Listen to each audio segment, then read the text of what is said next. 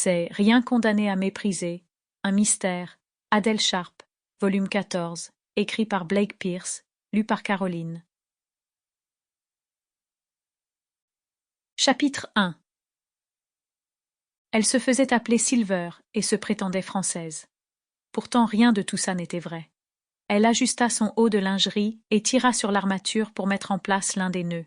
Sa tenue était tape à l'œil et exubérante, mais elle semblait plaire aux clients. Elle coinça une mèche de cheveux blonds derrière son oreille, installée devant le portillon extérieur du hall miteux éclairé en rouge. La légère odeur de bougies à la cannelle flottait dans l'air, et elle pouvait sentir la moquette pressée doucement contre la plante de ses pieds. D'autres portes étaient alignées le long du couloir, dans des alcôves sombres, loin des regards indiscrets. Elle entendit le bruit à peine perceptible de notes de piano résonnant à travers des haut-parleurs invisibles situés dans le faux plafond. Mais la musique ne pouvait dissimuler complètement les halètements, ni le son de plaisir et parfois de douleur qui émanaient des pièces. Une fois qu'elle eut remis sa tenue en place, Silver prit une posture plus docile, les épaules serrées, la poitrine relevée et les lèvres très légèrement arrondies. Elle posa enfin un pied derrière l'autre et plia l'une de ses jambes. La fiche d'information de son client, qu'il avait remplie plus tôt, suggérait que l'homme n'aimait pas particulièrement les femmes fortes, dominantes. Et ainsi, elle adopta un comportement plus timide, hésitant, tel un caméléon changeant de couleur de peau.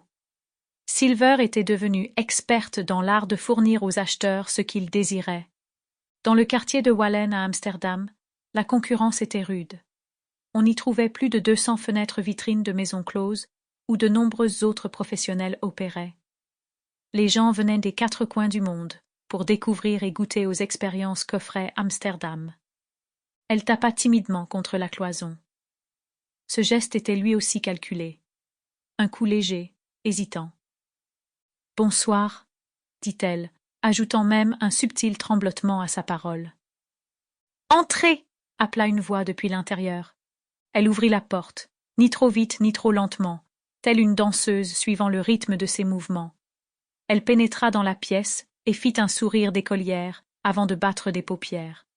L'homme, assis sur le lit, ressemblait à un professeur, remplaçant ou un vieux bibliothécaire un peu poussiéreux. Il portait des lunettes rondes et des sillons creusés par l'inquiétude sur le front sous une frange de cheveux sombres, mais de plus en plus rares. Il avait des traits agréables et des yeux doux. Il serrait les mains sur ses genoux. Il avait gardé ses cheveux. Sample complete. Ready to continue?